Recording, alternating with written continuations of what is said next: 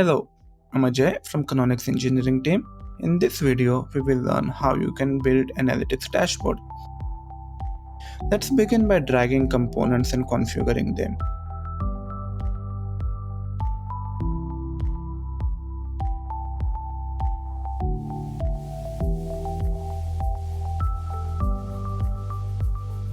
You can duplicate a component or a group by holding Option or Alt key while dragging.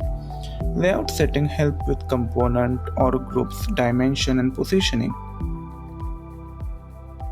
Charts are handy for data visualization. You can use static data or get dynamic data from different sources or tailor your own with JavaScript expressions. Canonic has a whole set of pre-built compositions such as different types of card, carousel charts. We will use cards with grid submenu to show stats. You can group multiple components by pressing Command or Ctrl plus G button.